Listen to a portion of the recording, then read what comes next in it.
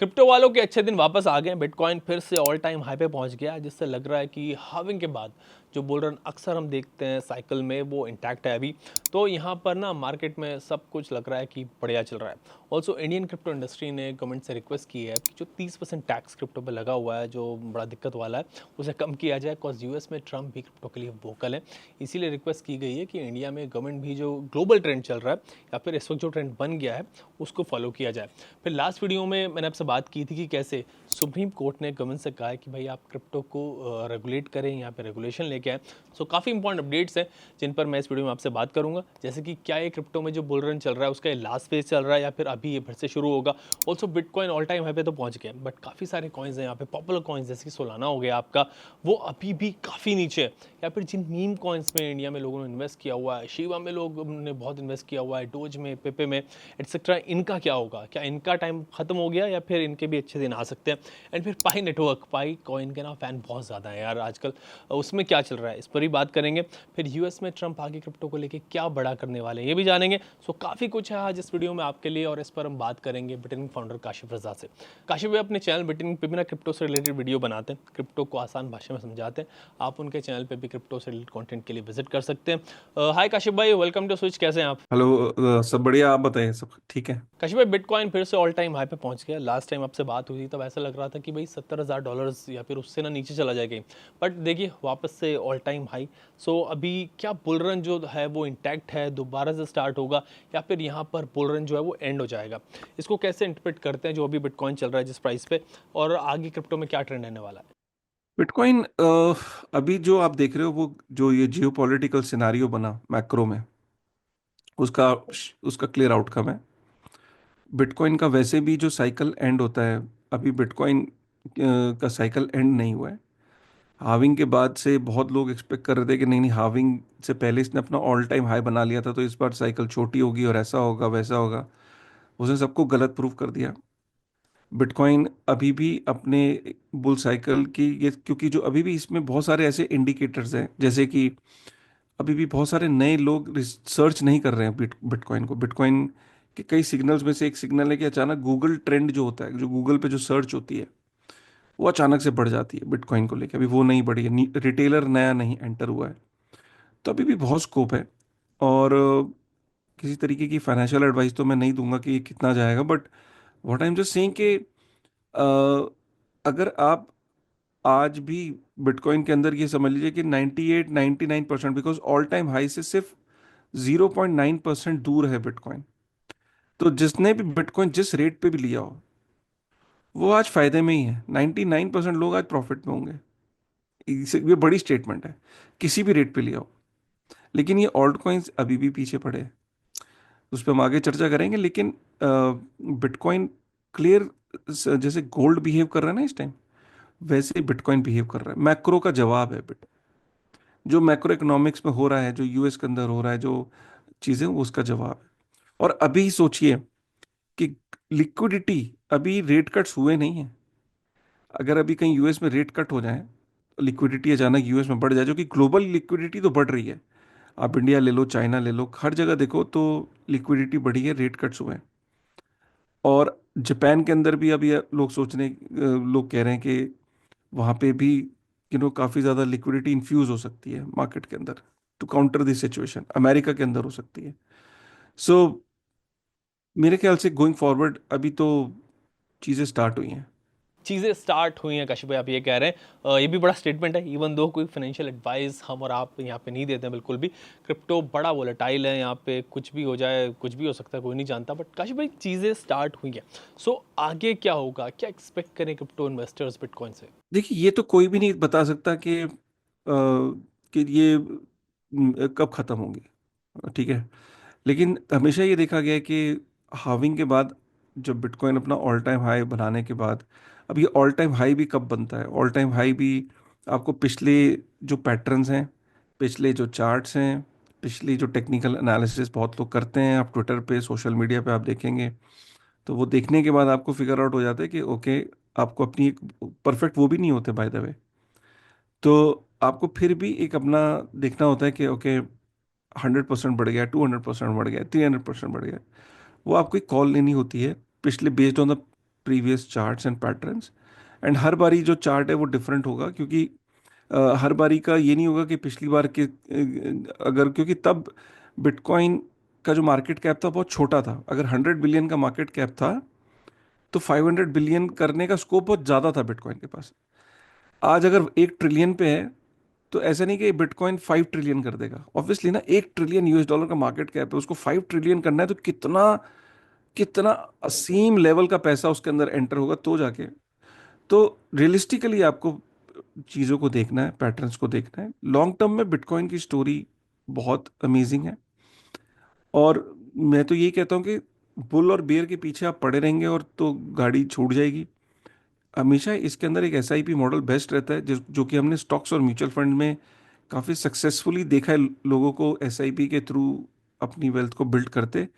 Bitcoin के अंदर भी आप एसआईपी का अगर एक्सपोजर लेते तो बहुत अमेजिंग रिजल्ट उसके आ सकते थे।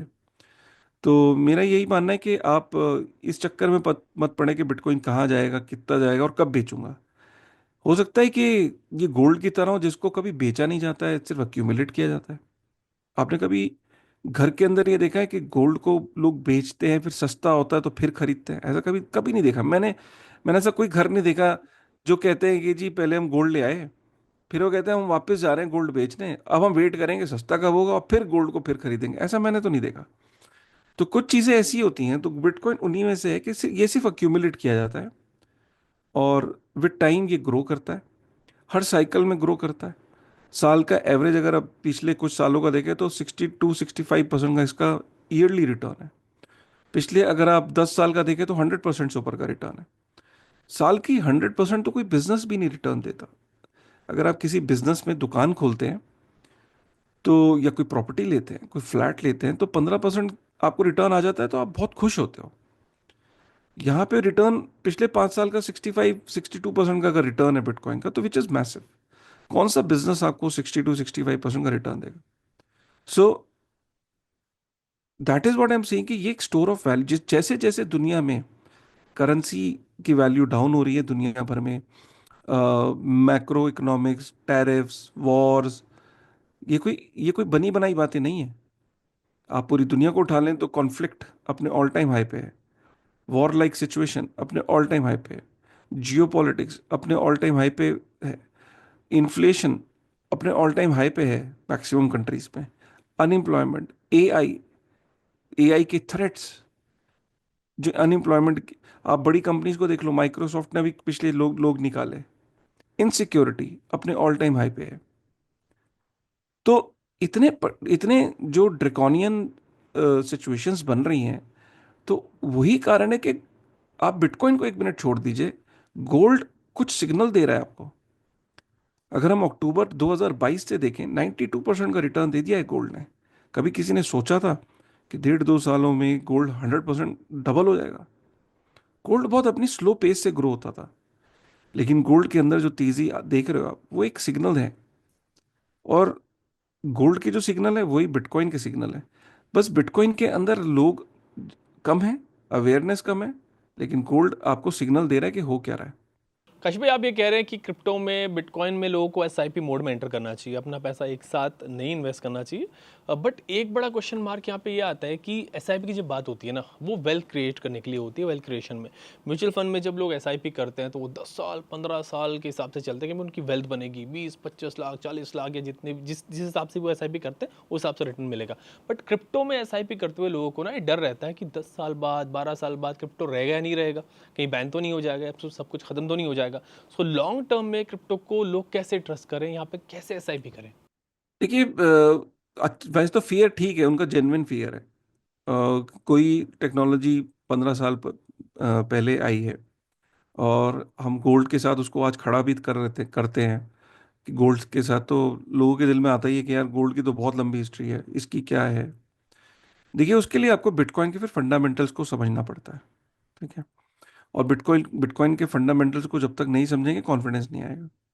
बिटकॉइन के फंडामेंटल्स को समझने के लिए आपको पूरी डेप्थ में, डिटेल में जाना पड़ता है कि प्रूफ ऑफ वर्क क्या होता है, बिटकॉइन काम कैसे करता है, इसका हैश रेट कितना है, इस पे अटैक करना मुश्किल क्यों है, इसकी बिटकॉइन का जो कोर डिज़ाइन है उसको चेंज करना मुश्किल क्यों है, ये डिसेंट्रलाइजेशन क्या होती है, इसकी मल्टीपल कॉपीज इतनी जो दुनिया फैली उसका क्या पर्पस है, नोड्स का क्या पर्पस है, इसको मेंटेन कौन करता है, इसकी इसके इसके अंदर माइनर्स का रेवेन्यू कैसे जनरेट होता है, इसके अंदर लोग माइनिंग करते भी क्यों हैं, इंसेंटिव क्या है, ट्रांजैक्शन फीस का क्या रोल है, सेंसरशिप रेजिस्टेंट क्यों है। ठीक है, ये काफी सारे क्वेश्चंस हैं। जैसे कि मैंने मैंने बहुत की, मैंने इनफैक्ट मेरी प्लेलिस्ट है। ऑब्वियसली इसको 10 मिनट के अंदर समझाना तो मुश्किल है, क्योंकि कोई भी व्यक्ति अगर माइक्रो स्ट्रेटजी की बात करें, माइकल सेलर की बहुत अच्छी लगती है मुझे बात, वो कहता है कि बड़ी बड़ी कॉरपोरेशंस को समझ नहीं आ रहा। माइक्रोसॉफ्ट ने डिनाई कर दिया अपनी बोर्ड मीटिंग में कि वो नहीं इसको करेंगे। जब आज बड़ी बड़ी कंपनियों को समझ में नहीं आ रहा है, तो रिटेल रिटेल को तो वैसे ही डर लगता है, विच इज ओके। तो कभी भी किसी इन्वेस्टमेंट साइकिल में आपको डर लग रहा है, सपोज कि यार ये पता नहीं क्या होगा, तो देखिए ऐसा तो कुछ नहीं है कि आप जब नया रेस्टोरेंट ट्राई करने जाते हैं खाना खाने के लिए, और आज से पहले आपने वहाँ खाना नहीं खाया होता और रेस्टोरेंट महंगा है, तो आप क्या उसके दरवाजे के बाहर खड़े होके लोगों से यही पूछते रहते हो कि कैसा था खाना भाई साहब, भाई साहब खाना कैसा बता दो, भाई साहब हम अंदर जाना चाह रहे हैं, खाना कैसा था, भाई साहब बता दो खाना कैसा था भाई। आप कुछ नहीं करते हो, आप उसके बाहर थोड़ी बहुत रिसर्च करते हो, रिव्यू करते हो, अंदर जाते हो, बहुत बड़ा लेविश ऑर्डर नहीं करते, एक छोटी सी एक आइटम मंगाते हो स्नैक्स में। स्नैक्स आता है, आप स्नैक्स ट्राई करते हो, कहते हो वाह भाई इसका खाना भी सही होगा। You getting that analogy? कि आप शुरू करिए, खड़े होने से कोई फायदा नहीं है, बिटकॉइन को बाय करिए, होल्ड करिए, मैं तो कहता हूँ यूज करिए, अपने ही वॉलेट में ट्रांसफर करिए कि ये वर्क भी करता है कि नहीं। मतलब आपने अपने वॉलेट में बाय किया, दूसरे वॉलेट में ट्रांसफर करके देखिए, और उसको try to study about it जब साथ में, और हर महीने अपनी एसआईपी को, छोटी एसआईपी रखिए। जब आपको पसंद आने लग जाए, जब आपको क्रेडिबिलिटी बढ़ जाए, जब आपका विश्वास बन जाए, there is no looking back then. Okay, आप कह रहे हैं कि एसआईपी मोड में स्टार्ट करें एंड साथ साथ पढ़ते रहें बिटकॉइन के बारे में, नॉलेज यहाँ पे लेते रहें, और जब आपका ट्रस्ट बन जाए, कन्विक्शन आ जाए, तो उस हिसाब से आप इन्वेस्ट करते रहें। कश भाई, चलो बिटकॉइन तो ऑल टाइम हाई पे पहुँच गया, इस पर हमने बात कर ली, बट बहुत सारे कॉइन्स हैं, मीम कॉइन्स हैं यहाँ पे जिनमें लोगों ने इन्वेस्ट किया हुआ है, ऑल्ट कॉइन्स हैं आपके जो अभी भी ना 40-40, 50-50, 60-60% नीचे हैं। तो अब क्या वो कभी वापस नहीं आएंगे हाई पे? देखिए ऑल्ट कॉइन्स भी बाउंस करेंगे, नो डाउट। और डिपेंड करता है कि आपके पास क्या चीज़ पड़ी है। अब क्योंकि इतने सारे टोकन्स हैं, तो उसमें अच्छे जितनी भी एल1s हैं मेजर, वो सब करेंगे, सारा टॉप 100 में जितने कॉइन्स हैं दिल बाउंस, बिकॉज अल्टीमेटली बिटकॉइन का प्रॉफिट मूव करता है ऑल्ट कॉइन्स में। जब बिटकॉइन अपने चरम सीमा पे पहुंच जाएगा और नए नए ब्रेक करेगा चीज़ें, तो प्रॉफिट लोग बुक करेंगे, ऑल्ट्स में डालेंगे, ult's will make a move. लेकिन फिर भी मुझे ऐसा लगता है कि इतनी फ्रेगमेंटेड हो गई है मार्केट, और इतने ज़्यादा इसमें ऑल्ट्स आ गए हैं कि सारे ऑल्ट्स नहीं पड़ेंगे, क्योंकि money has got divided into many ult's. पहले लिमिटेड नंबर ऑफ ऑल्ट्स होते थे और लिमिटेड नंबर ऑफ प्रोजेक्ट्स होते थे, चेन्स होती थी। तो मीम कॉइन्स तो कभी भी शायद कुछ रिकवर ना करें, क्योंकि मीम कॉइन्स में तो कोई फंडामेंटल वैसे भी नहीं होता, वो तो पंप एंड डंप होता है, कभी बढ़ जाते हैं फिर प्रॉफिट बनाते हैं लोग, निकल जाते हैं फिर दोबारा, वो उनका कोई नाम लेने वाला नहीं होता है। तो अगर अच्छे आपके पास कुछ प्रोजेक्ट्स हैं, वो obviously which is, I don't know कि व्हाट आपके पास क्या पड़ा है, तो you can be very hopeful कि वो ग्रो करेंगे वापस से, आपका पोर्टफोलियो रिकवर होना चाहिए। लेकिन अगर आपके पास कोई बहुत ही उल्टे सीधे कॉइन है, उल्टे मैंने ऐसे उल्टे सीधे मीम कॉइन्स हैं, छोटे छोटे स्मॉल कैप्स हैं, नए प्रोजेक्ट्स हैं, बट उनका कोई रोड मैप नहीं है, टीम टीम काम नहीं कर रही, कोई डेवलपमेंट नहीं है, ट्विटर बहुत दिनों से डेड पड़ा है, सो उनके चांसेस बहुत कम है। आप कह रहे हैं कशिश भाई कि लोग होप लगा के बैठे हुए हैं। यहाँ पे पाई नेटवर्क वाले भी बड़ी होप में है, और उस पर एक वीडियो लास्ट वीक डाला था हमने, एंड कमेंट से लग रहा था ना कि भाई लोग बहुत ज़्यादा उम्मीदें पाई कॉइन से लगा के बैठे हुए हैं। पता नहीं कैसे कैसे कमेंट उन्होंने दिए वहाँ पे। आपने उसमें कहा था कि पाई कॉइन भी ना मीम कॉइन की ही तरह है एक। सो पाई नेटवर्क में क्या चल रहा है, प्लीज़ एक बार फिर से आप इस बारे में बताएं अभी। देखिए, आप देख रहे होंगे कि पाए ऊपर जाता है, फिर वो 30 40 50% करेक्शन लेके नीचे आता है, फिर ऊपर जाता है, फिर नीचे आता है। जब तक उसके साथ कम्युनिटी है, और कम्युनिटी पाई कॉइन की काफ़ी बड़ी कम्युनिटी, पुरानी कम्युनिटी है, तो वो जब तक उसमें कुछ वेल्स हैं बड़ी बड़ी, ऐसा नहीं कि सबके पास इक्वली डिस्ट्रीब्यूशन नहीं है।